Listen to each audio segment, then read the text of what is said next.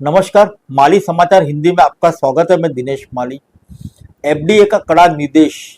महाराष्ट्र के स्कूलों में चॉकलेट, चिप्स और कोल्ड ड्रिंक्स की बिक्री पर रोक। महाराष्ट्र सरकार ने छात्रों के बीच पौष्टिक भोजन को बढ़ावा देने के उद्देश्य से स्कूल परिसरों में अनहेल्दी खाद्य की बिक्री और प्रचार पर कड़े प्रतिबंध लागू किए हैं। नए निर्देशों के तहत अधिक चीनी, नमक और वसा वाले उत्पादों को स्कूलों और उसके आसपास निर्धारित क्षेत्र में उपलब्ध नहीं कराया जा सकेगा। आइए जानते हैं विस्तार से। खाद्य सुरक्षा नियमों के उल्लंघन पर बढ़ती सख्ती के बीच महाराष्ट्र के खाद्य एवं औषधि प्रशासन यानी एफडीए के कमिश्नर तुकाराम मुंडे ने राज्य के सभी स्कूलों को अपने परिसर से चॉकलेट, चिप्स और कोल्ड ड्रिंक जैसे सेहत के लिए नुकसानदेह खाद्य पदार्थों को पूरी तरह हटाने के आदेश दिए हैं। उन्होंने स्पष्ट किया कि साल 2020 में लागू केंद्र सरकार के नियम का बड़े पैमाने पर पालन नहीं किया जा रहा है। नए निर्देशों के अनुसार ज्यादा फैट, ट्रांस फैट, अतिरिक्त चीनी या ज्यादा नमक वाले खाद्य पदार्थों जिनमें कार्बोहाइड्रेट ड्रिंक्स और पैक्ड स्नैक शामिल है कि स्कूल परिसर में बिक्री या प्रदर्शन पर पूरी तरह रोक रहेगी। इतना ही नहीं, स्कूलों के 50 मीटर दायरे में ऐसे उत्पाद के विज्ञापनों पर भी पाबंदी लगा दी गई है। सरकारी अनुदान प्राप्त और प्राइवेट सभी तरह के स्कूल को भोजन में फल, सब्जियां, अनाज, दालें और डेयरी प्रोडक्ट शामिल करने को कहा गया है।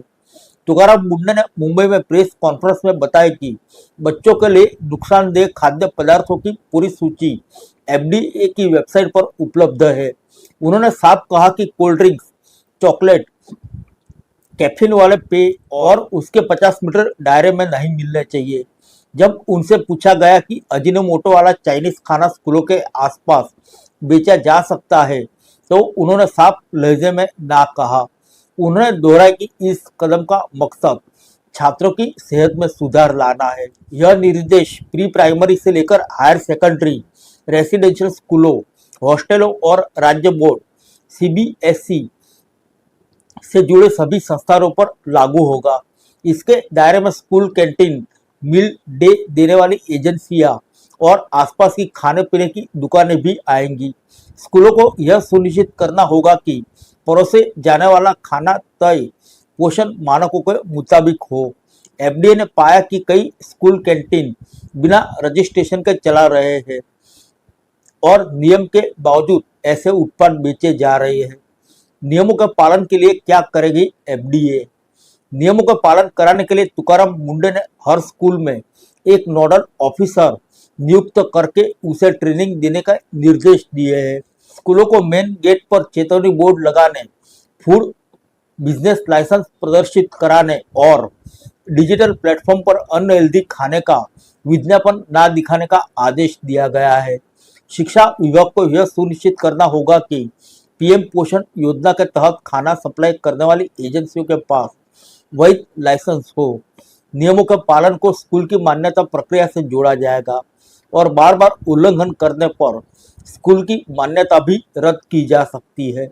मुंडे ने कहा कि यह आदेश तुरंत प्रभाव से लागू होगा और इसके लिए कोई अतिरिक्त समय नहीं दिया जाएगा।